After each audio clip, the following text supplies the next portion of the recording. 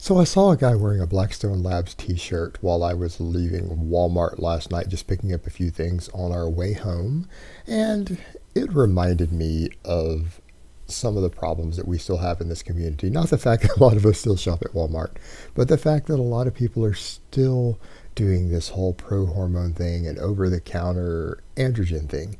And it's just something that I just don't grasp. I don't understand. And I guess it's due to the marketing combined with the ignorance.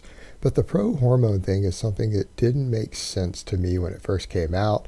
It was something I used to argue with people about that I didn't understand it. Like when there was this first one that came out. It was called like PH1, and it was a pro hormone. I looked at it and I said, I don't understand the point of this. It's cost more than anabolic steroids. It gets lesser results, and it seems to elevate liver enzymes and things. It actually seems to be worse for your health than the vast majority of anabolics, dramatically worse. Why are people using this? And someone said, well, because it's legal. You can buy it over the counter. And that is what all of this comes down to with these products. These pH companies know that they've been making inferior products that do not produce as good of results but cost more money, and in many cases compromise your health more.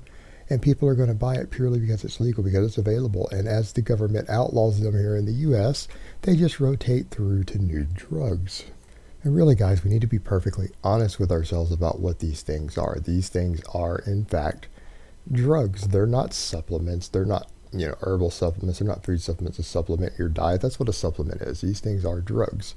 And the first prohormones that came out were generally true prohormones. They were prohormones in the sense of they're a hormone that your body converts into another hormone. And what they were is that various hormones that they had discovered, so they sold them over the counter, that were precursors to other drugs, that your liver would convert them at a certain rate into a true anabolic steroid in your body. So you ended up getting the steroid to your body, but it was a low conversion rate sometimes. You ended up with much less of the drug than if people had just used the real deal.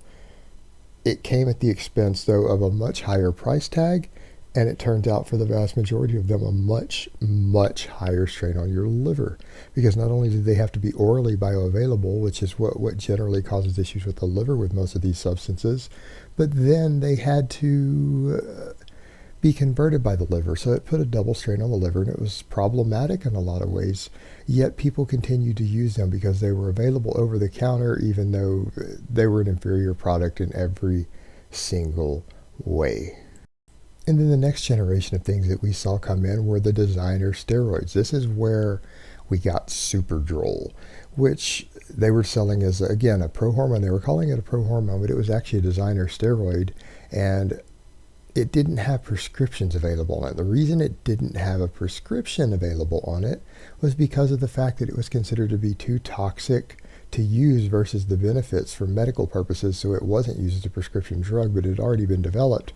And the reason it was more toxic is because instead of the 17-alpha alkylated molecule, which was used on pretty much all anabolics to that day for prescription purposes other than Anavar, which was originally designed for children, so it was even milder, it had a methylated group on it, which allowed it to stay in the bloodstream longer and pass through the liver more times, so that it gave a more concentrated effect in the bloodstream, but at the expense of a much, much higher hepatotoxicity.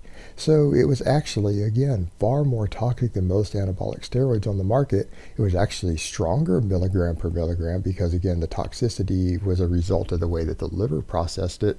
But it was sold over the counter, and you saw tons of natural bodybuilders at the time use it because it hadn't been outlawed yet.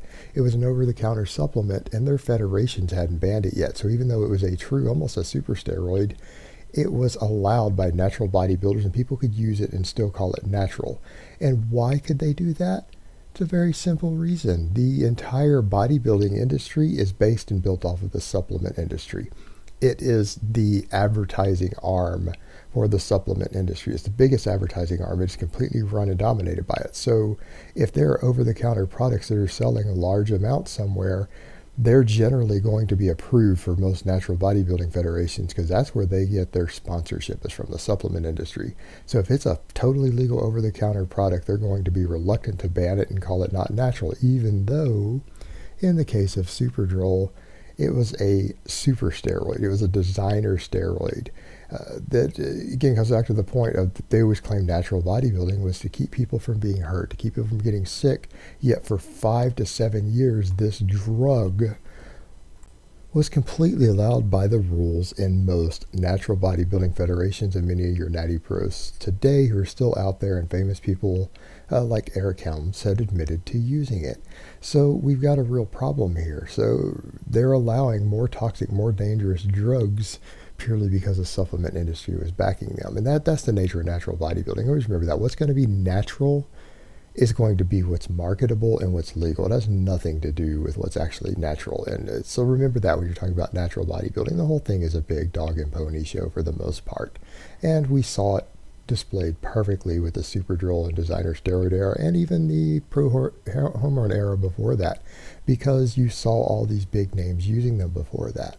And it's just really scary when we saw the designer steroid era, because tons and tons of young men who probably would have been better and safer using the real deal, the other stuff, ran over because they could get a legal over-the-counter product and make great gains on it. Again, though, because it was being what it is, it wasn't probably the best thing to use by itself. Again, just due to toxicity, failure, lack of synergy, and then guys cycling on and off of it without the availability of at least some sort of decent PCT, just the over-the-counter stuff that, again, these companies produce, just like the over-the-counter products that they produce to try to combat side effects. They're generally much weaker and ineffective because, again, they're over-the-counter products. They don't generally work as well, but you saw a ton of that. And so we've jumped from the pro-hormone era to the designer steroid era, and now what's replacing all of that seems to be over-the-counter Sarms. Like you see this Primeval Labs thing being supported by people who, if you saw their drug stacks, I have some screenshots, and I might reveal those at some point, of at least one major individual on YouTube who's promoting these Sarms and this Primeval Labs, who himself, his drug doses would shock most of you if you saw what his cycles and stuff look like that he has relayed to me. And I have screenshots and stuff of. You'd be pretty shocked. It's a lot more than you guys would think it is. But this person is now promoting the Sarms. A lot of people are promoting these Sarms. And we run into the same issue. They're being promoted as no side effect things, that they're not really anabolic steroids. Guys, here's a little bit of truth for you. And I guess I'm going to be the only guy here on YouTube to just come out and say this in the fitness industry. Sarms are anabolic steroids.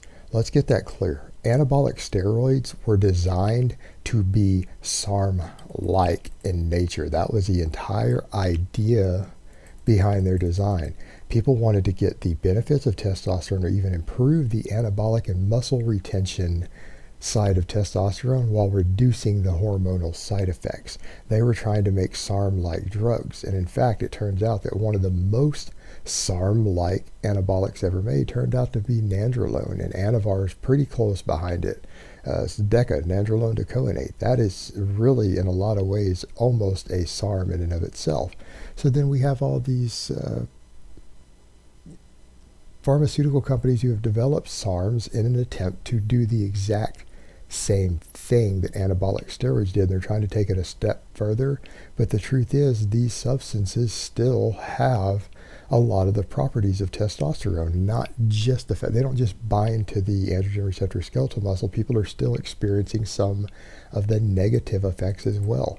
People who are taking a lot of these SARMs, even at doses that are pretty conservative, because guys, remember, the doses people are buying over the counter are so expensive, and they're being advised to take such conservative doses, and these substances are technically slightly weaker than testosterone anabolically. You're not going to see massive gains on it, but yet at the doses people are taking, we're still seeing HTPA suppression. They are still shutting down endogenous testosterone production. They're still giving you muscle gains at the androgen receptor. Some people are still experiencing mild hormonal side effects. Women who are taking some of these SARMs are still seeing virilization. All that SARMs are, and let's make this clear again, the only thing that SARMs are slightly weaker anabolic steroids. They're not really a different class of drugs. People are trying to make them out to be, for advertising purposes, to be. But if you're taking a SARM, all you're doing is taking a weaker, very, very expensive anabolic steroid. So really it's just like the next thing in this whole industry of the same industries and companies that have tried to manufacture various steroids of different types are now selling guys these Sarm products over the counter, trying to tell them they're not really anabolic steroids, that they're not going to get all the side effects of anabolic steroids, and the reality is you will. The side effects are just slightly less, but you're also taking very, very low doses. They might be taking 30 milligrams of the SARM a day, and if you think about it, that's 210 milligrams per week. And they say, well, I'm not really getting many side effects, not much. Well, you know what? No one gets side effects on 200 milligrams of testosterone either. The vast majority of guys don't get side effects on that either. So the fact that you're not getting sides on that is nothing special. And you're getting probably less muscle gains than you would have gotten on a comparable amount of testosterone if prescribed by your doctor. But you are getting HTPA suppression, and that's the real kicker to let you guys know that these substances are really, at the end of the day, just rebranded anabolic steroids. There's no difference here, guys, other than they're really, really expensive gains. All right, guys, but that's really all I have to say on that today. I hope it's been informative, and I will talk to you guys next time.